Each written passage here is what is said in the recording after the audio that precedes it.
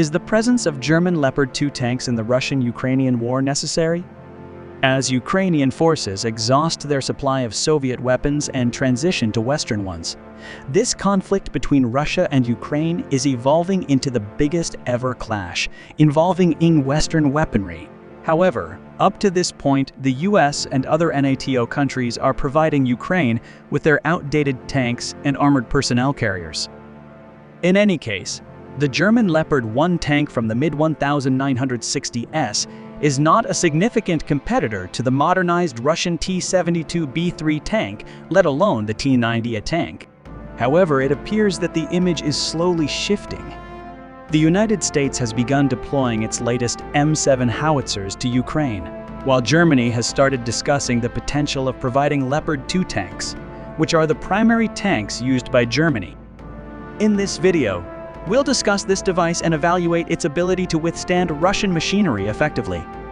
The German Leopard 2 has emerged as the primary tank in Europe, taking over from the American Abrams, which has identical features, but comes at a significantly lower cost. For instance, the second-to-last version of the Leopard 2, the Leopard 2, a 6, has a price tag of $6.79 million, whereas the Abrams MUN, a 2, a 6, costs $8.5 million.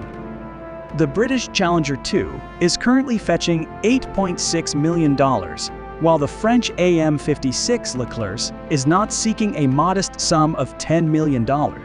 However, for the Ukrainian authorities in the scenario in which their country is currently, the price of the delivered weapons is not their main concern. In the end, the provision of Western weapons to Ukraine is essentially done at no cost through a loan lease agreement. That is, we will return something in the future.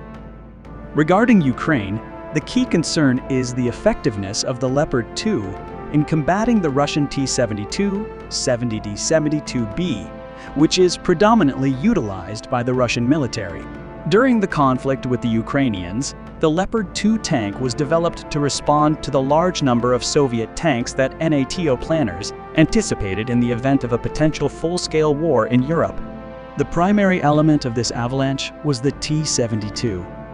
Simply said, the Germans were getting ready for large-scale tank fights, like the one that took place in 1943 near the Russian town of Prokhorovka. During this action, hundreds of German Tigers faced off against hundreds of Russian tank formations.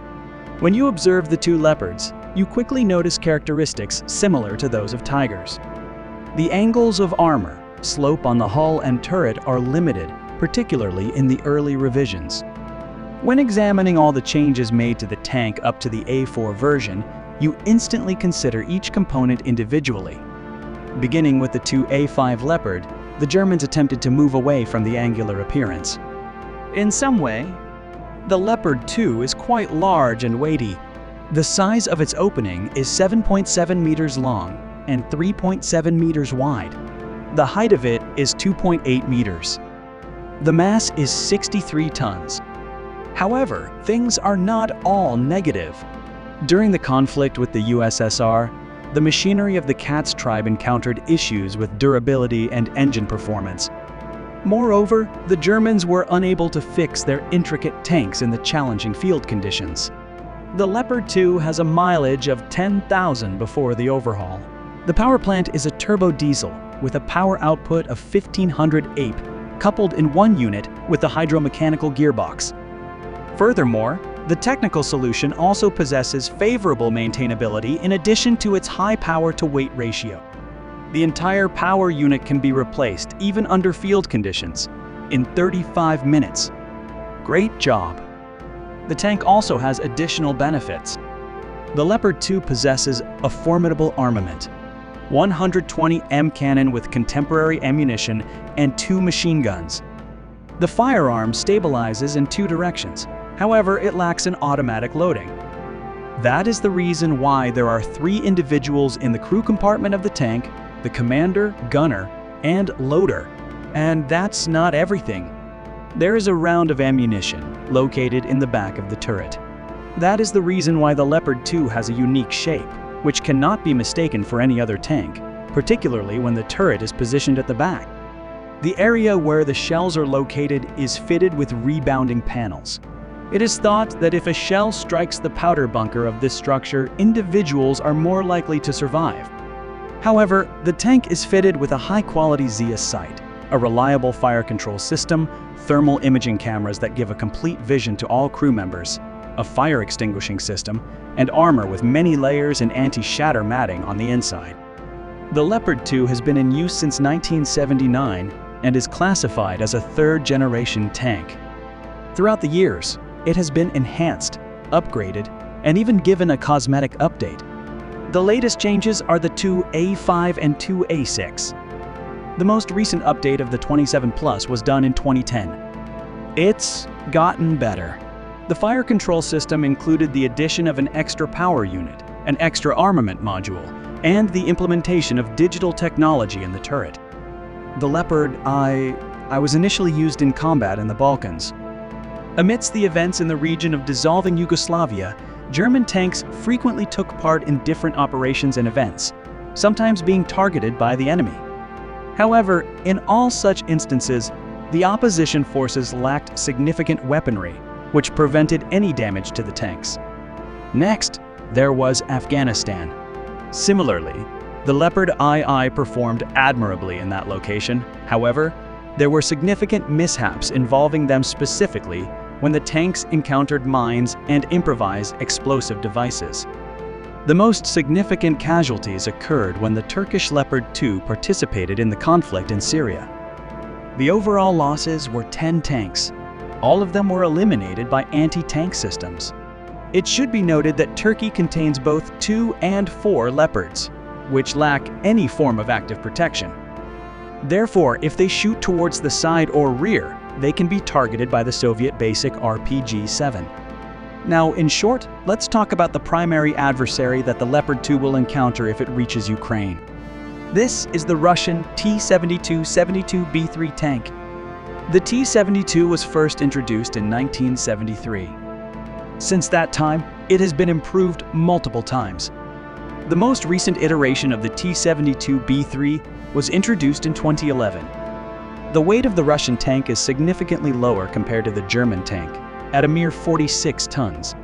Nevertheless, during the initial years of the machine's manufacturing, there was an engine with a power output of 840 horsepower. Thus, the precise power amounted to only 18.3 tons. The Leopard 2, with its powerful 1500 horsepower engine, weighs 23.8 tons. That is, the German language is more precise than the Russian language. However, starting in 2016, the T-72B3B3 has been fitted with an 1,130 horsepower engine. Thus, the precise force quickly increased to 24.5 tons. The Russian tank features a 125mm smooth bore and a 46mm cannon, which is at least as effective as the Leopard's 120mm. Moreover, the T-72 is equipped with an automatic loader, resulting in a 2-man turret instead of 3. This decreases the size of the turret.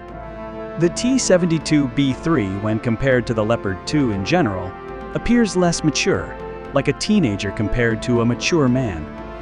It is over 17 feet lower and 33 feet shorter. In addition, the rounded shape is ideal for deflecting hostile shells.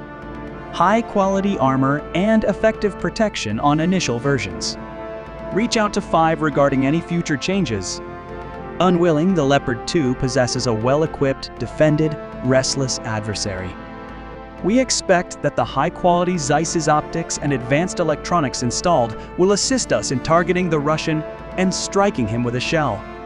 Therefore, evenly matched competitors will come together in Ukraine.